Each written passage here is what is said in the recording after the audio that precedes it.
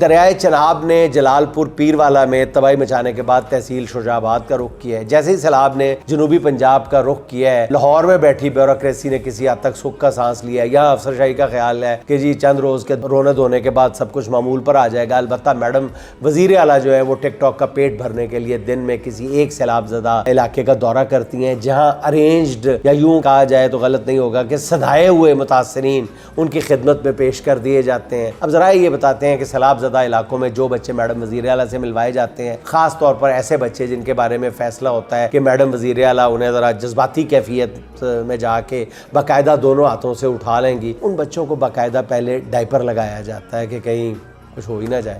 اس طرح کی ایک تقریب کے دوران میڈم وزیر اعلیٰ ایک بچے کو اٹھا کر منرل واٹر پلا رہی ہیں۔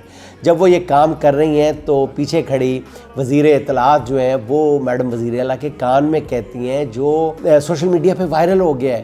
یہی تو مسئلہ ہے، یہی تو سمجھا کے تھک گئے ہم لوگ کہ ہر بندہ چلتا پھرتا چینل ہے۔